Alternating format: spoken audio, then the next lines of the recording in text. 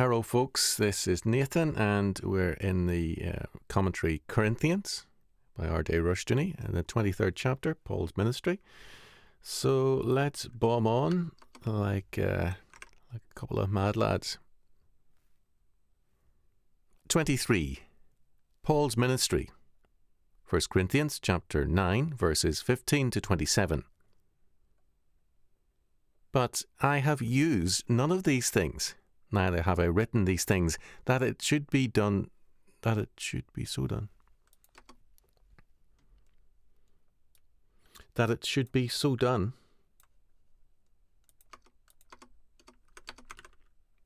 That it should be.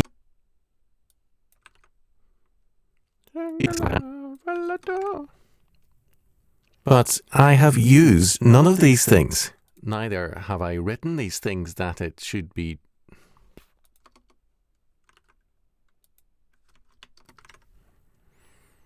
But I have used none of these things, neither have I written these things that it should be so done unto me, for it were better for me to die than.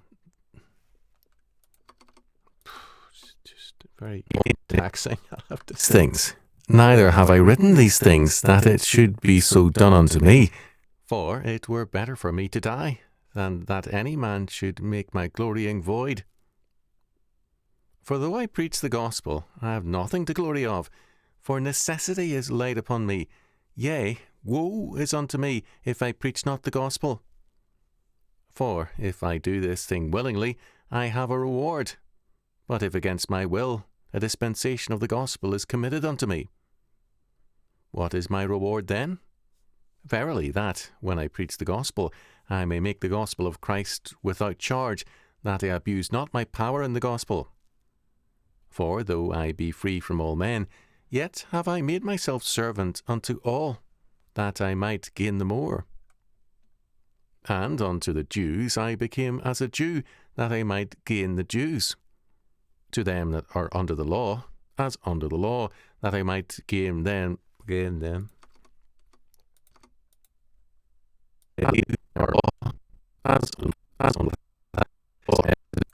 And unto the Jews I became as a Jew, that I might gain the Jews. To them that are under the law, as under the law, that I might gain them that are under the law. To them that are without law, as without law, being not without law to God, but under the law to Christ, that I might gain them that are without law. To the weak became I as weak, that I might gain the weak. I am made all things to all men, that I might by all means save some. And this I do for the gospel's sake, that I might be partaker thereof with you. Know ye not that they which run in a race run all, but one receiveth the prize? So run that ye may obtain. And every man that striveth for the mastery is temperate in all things. Now they do it to obtain a corruptible crown, but we an incorruptible. I therefore so run, not as uncertainly, so fight I, not as one that beateth the air, but I keep under my body and bring it into subjection, lest that by any means, when I have preached to others, I myself should be a castaway. This is not a popular text. Paul here is answering the criticisms of his ministry as he does elsewhere in Corinthians, both the first and second letters. And people tend to go over these passages quickly or to ignore them or not to preach about them. Why is that wrong? Why is it important that we pay attention to such passages in Paul's letters? Paul, in his missionary work, preached at his own expense, earning his keep as a tent maker, which meant mainly a worker in leather, because tents were made of leather. Paul came from a wealthy family, but the Jewish premise was that if a man did not teach his son a trade, he taught him to be thief. Again, it's a little bit odd. It's quite poetic. Taught him to be thief. He taught him to be thief, son, trade. Taught him to be a thief, surely. But the Jewish premise was that if a man did not teach his son a trade, he taught him to be a thief. Paul's comments in verses 15 to 18 have been called somewhat, quote-unquote, obscure, and with good reason. Other men might readily exercise their position to command financial support, as God's law clearly entitles them to, but Paul wants his freedom to be able to speak more freely and more clearly.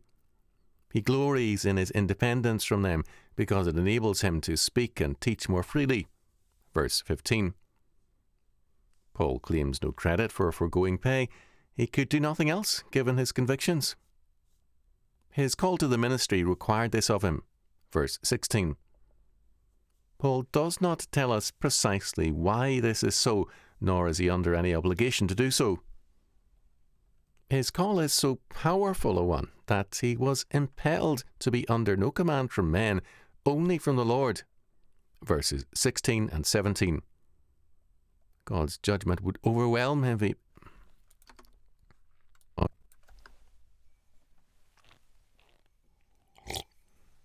Only from the Lord.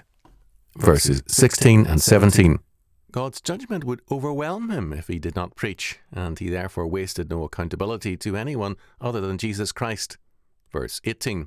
And he is afraid that he will abuse his power in the gospel if he does not preach freely. Preaching for Paul is obligatory. It is God's mandate from heaven. Acts chapter 9 verses 1 to 22. Preaching for Paul is both his calling and his life, a privilege and a necessity. In his view, to require pay for his preaching would be an abuse of his power, although it was a legitimate requirement that he be supported. Verses 17 and 18. Paul has thereby made himself free from all men and more fully Christ's servant. Verses 19 and 20. It was Paul's ministry to bring into sharp focus a conflict between Christianity and Judaism on the one hand, and between a Christian view of God's law and the Pharisaic view on the other hand. He was thus in particular a target of hatred. Other apostles also faced and suffered martyrdom, but the animosity against Paul was particularly intense. This is still the case. Paul no more set aside the law than did Moses and Jesus. Among the Jews, he stressed his obedience to the law that he might make them understand much better that it is the way of sanctification, not justification. Because they were under the law, he came to the Jews as one faithful to the law, that I might gain the more. Verse 19. To the Gentiles, not knowing they were under God's law, but now by their conversion, under the law to Christ, Paul came with the good news of salvation through Christ's atonement, release from God's legal penalty of death, and sanctification by the law. Verse 21.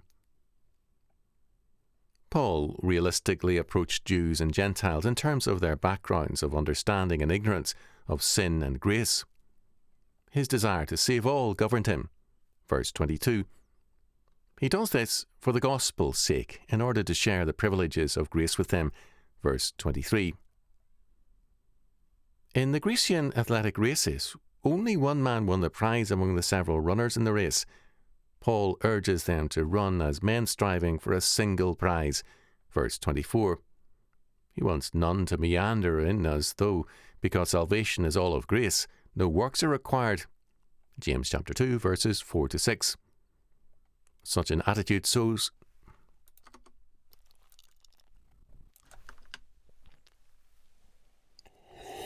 grace, no works are required. James chapter 2 verses 4 to 6. Such an attitude is all of grace. He wants none to meander in as though, because salvation is all of grace. Snapo-lododo. Matola-patola. Such an all of grace, no works are required. James chapter 2 verses 4 to 6. Such an attitude shows a lack of grace. In a race, men train and prepare to win a prize, a corruptible crown, but we an incorruptible. Verse 12. Verse 12? What is that? Prepare to win a prize, a corruptible crown, but we an incorruptible. Verse 25. Paul runs like a racer, that is, he trains and disciplines himself. His faith is no easy believism, but the urgency of a man whose life is racing and who disciplines his being in terms of this. Verses 26 and 27. The reference in verse 26, "So fight I, not as one that beateth the air," is to a boxer training to shadow boxing. Paul insists that ours is never shadow boxing, but a serious struggle. If we fail, or if Paul should fail, it means becoming a castaway, laid on the shelf as no longer useful. The word translated into English as castaway refers essentially to a broken cup or a cracked cup. That is a beautiful thing you don't want to throw into the trash heap, so you keep it on the shelf to put little odds and ends in. That is what it means to be a castaway. When Paul says, "I keep under..." I was expecting something different. When Paul says, "I keep on..." Nope. That is what it means to be a castaway. When Paul says, "I keep under my body," verse 27, he means, I do not allow it to take control. This is no ascetic view, but simply a realistic recognition that an athlete in training must face temptation.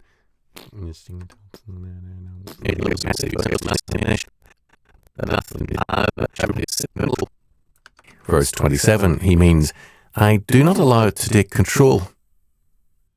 This is no ascetic view, but simply a realistic recognition that an athlete in training must face the temptation to be lazy, to break training with self-indulgence. Paul believes in the perseverance of the saints, but he also believes in human responsibility.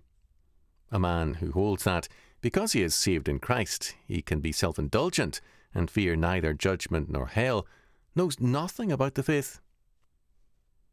Those who are the chosen of God must manifest.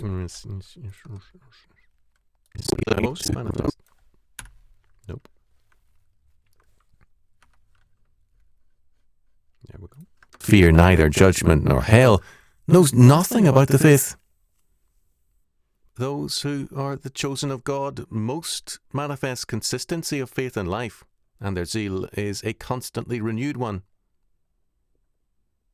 Paul always sees Jesus Christ as the one in whom the divine and the human purposes come together. In him, all things come into focus, and Paul's concern is that all who profess Christ display a like focus. Salvation has to do with much more than going to heaven. It requires the priority of God and his kingdom in our lives. Matthew chapter 6, verse 33. It means that we now live for Christ and his reign rather than for ourselves. A telling book title of the 1920s spoke of God without thunder, which is the kind of God most men want. That is, a God without judgment. Such a God does not exist. Precisely because the living God is a God of judgment, there is salvation and a separation from sin and death to life and righteousness or justice. Paul summons us to faithfulness to the living God as against the false gods of our own imagination. Why should such, quote, purely personal stuff be a part of the Bible? The reason is a very important one. We are persons, not abstractions. We are not to be reduced to reason, nor to an idea. We are persons, as Paul was, made by a totally personal God, the supreme person. Therefore, it is important in the eyes of God that the very personal reactions of a Jeremiah or of a Paul or any one of the saints be recorded. We are told that Jesus wept, that it grieved him to see the people in their waywardness because he was a person. It is a false spirituality that pushes some people to try to be above personhood.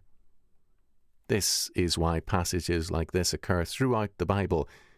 God speaks to us, the supreme person, through persons, to our personal nature and needs.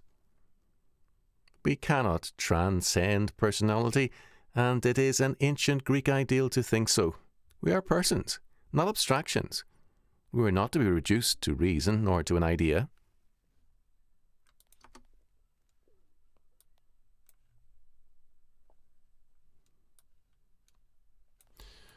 Wow, that was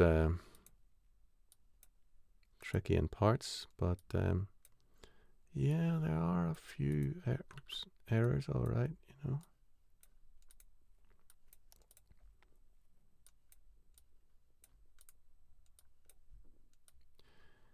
Okay, folks, thanks for tuning in, and see you in the next one.